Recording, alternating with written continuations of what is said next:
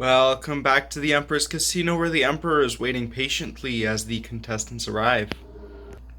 Okay, now all the contestants are here. The Emperor will make his way down the staircase. And through the open doorway to join our other grand prize attendees. Our first contestant and first winner, Classic Stormtrooper, as always, coming here to present a very lovely show. Now, the Stormtrooper did win the lowest ranking prize of the Imperial Fighter tank, so realistically, he's got nothing to lose in this grand tournament. On to our other contestants. It was quite inevitable that the Emperor would win one of these, as the House always wins. So it's always interesting to see that the Emperor did not win more of these prizes. However, seeing as how the Emperor has won once, he could win again, meaning that he could take home all 4 prizes, plus the grand one. And that would really be a huge loss for everybody else involved. But does the Emperor have more tricks up his sleeve to guarantee that win? Or is he going to play by the rules, and by the rules, win for himself? Now for this next one, and the one after that, we must go to the docking bay, where the Imperial Light Cruiser is located. As the winner, Sand Green Timmy is here to represent. He also does not need a further introduction, so let's move on to our final contestant. Lando Calrissian. A little bit older than some might expect from our competitors. However, he has, next to the blacksmith here, landed with his Millennium Falcon, which he won back in the last challenge. And although he doesn't really want to gamble with it, he does like the sound of having some desert transportation. So, even though he does have the money to buy himself one, he finds it better to do a little bit of a gamble. So we'll see if that pays off, or will he lose the Falcon once again? Let's build some suspense by passing out the cards, quickly and seamlessly. Each player, as always, gets 1 card face down, 1 card face up. So far, as always, we seem to have a lot of high numbers and low numbers. Let's see where this takes us. Now, all of these contestants are winners, as seen before. Stormtrooper again with the same hand that he won with on the first episode, so he's going to stand and feel satisfied with that. 20. Let's move on to Palpatine. Now, we don't know if Palpatine has rigged his hand, so let's see if there's any indication of that. A 12. He's going to gamble. He's going to go ahead and reach 16. Gamble again. Oh my gosh, Palpatine. Scoring the 21. Is this game rigged, or does he just know the cards? Very well.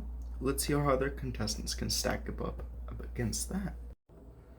Now it's time for Sand Green Tim to take his shot. Now, last time he did get a tie with the 21, and he did pull out on top. However, will he be able to recreate that scenario? Now, we do see that he starts off with a 10, also gets himself a 7. Interesting that that's the direction he's going to take. He's going to draw again, and that's a 2.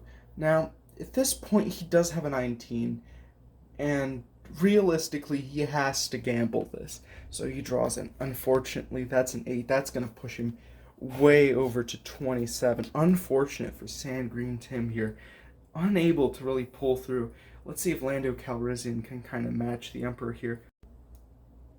Now, Lando Calrissian really pulled his weight last game, winning back the Falcon. Now, this is definitely an interesting position for him, as he really wants to keep that Falcon, but can he compete? Now, he does have a 4, and he does have a 14 now, thanks to the Queen giving him a 10. He has to draw here with a 10. Unfortunate. If he had an 8, he still would have gone over, so unfortunately for Lando, he's out. And it looks like the Emperor is going to take the cake, unsurprisingly. So, we might as well announce the winners. Tying for third, unfortunately, we have Lando Calrissian and Sand Green Tim, who unfortunately did place themselves in the unfortunate position of, well, kind of going over, which does happen, but they really could have done better if the situation was right for them. But in second, we have Stormtrooper, who unfortunately, although classic in nature, did not score higher than a 20, which is very unfortunate and also quite fitting, seeing as how in their original game they didn't do a perfect. What? Okay, seems like we have a bit of a situation here. What is the meaning of this? How could you allow this? Well, Emperor, there appears to be an AT-AT in the palace. You might want to take care of that. Well, then get on it! Well, indeed there is an AT-AT. You may have thought that you could count me out after the first round, but I am back. I am back to take the grand prize. So it looks like General Veers is attacking the palace in order to try and reclaim the grand prize. But we still have Sandgrim Tim and Lando Calrissian off to the side. Let's see what they're up to. It has been brought to my attention that there's an ongoing dispute going on with the Emperor currently. Do you have any plans for that? Well, that I do. I plan to take the Falcon and leave. And it looks like they weren't joking, because they're out of here. Let's just hope that they make it out safely. Now, it looks like they're on their way to dock with the cruiser, but looks like we have someone that's eager for some revenge.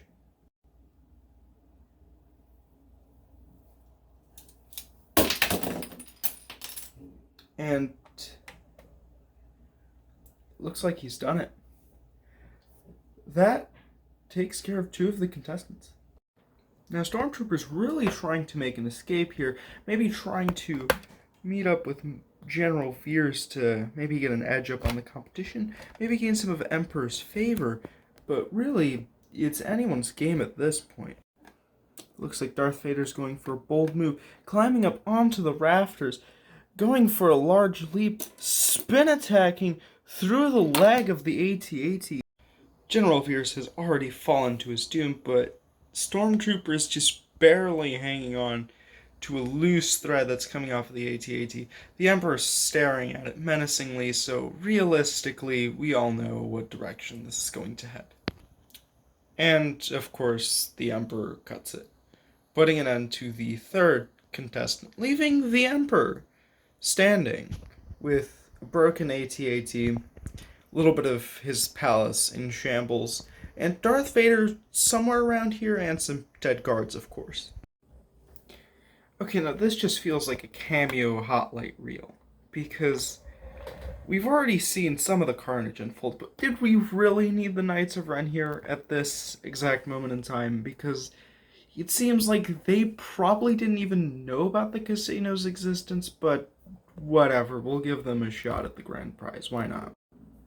And as suspected, the Emperor is just going to go ahead and fight through this, going a little bit slower at times. He seems to have tripped up a little bit, but that shouldn't slow him down.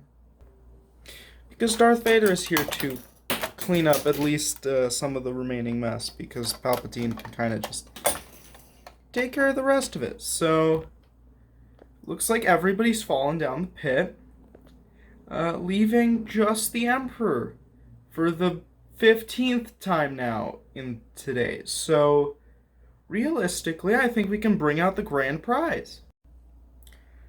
After probably far too many setbacks, we finally rolled the grand prize onto the arena, which we can officially call an arena after all this bloodbath. But, yeah, the Emperor can now bask in the glory of this land speeder with its custom plaque, and we can deal with no further interruptions, which is absolutely fantastic. So we can give it a wrap for Season 1 of the Emperor's Casino, which, as to be expected, was going to end up with the Emperor winning, as of course this is his casino. But, you know, there's nothing else to really talk about. By order of the king, you are under arrest. So does this mean I get my speeder back? You will be hearing from my lawyer.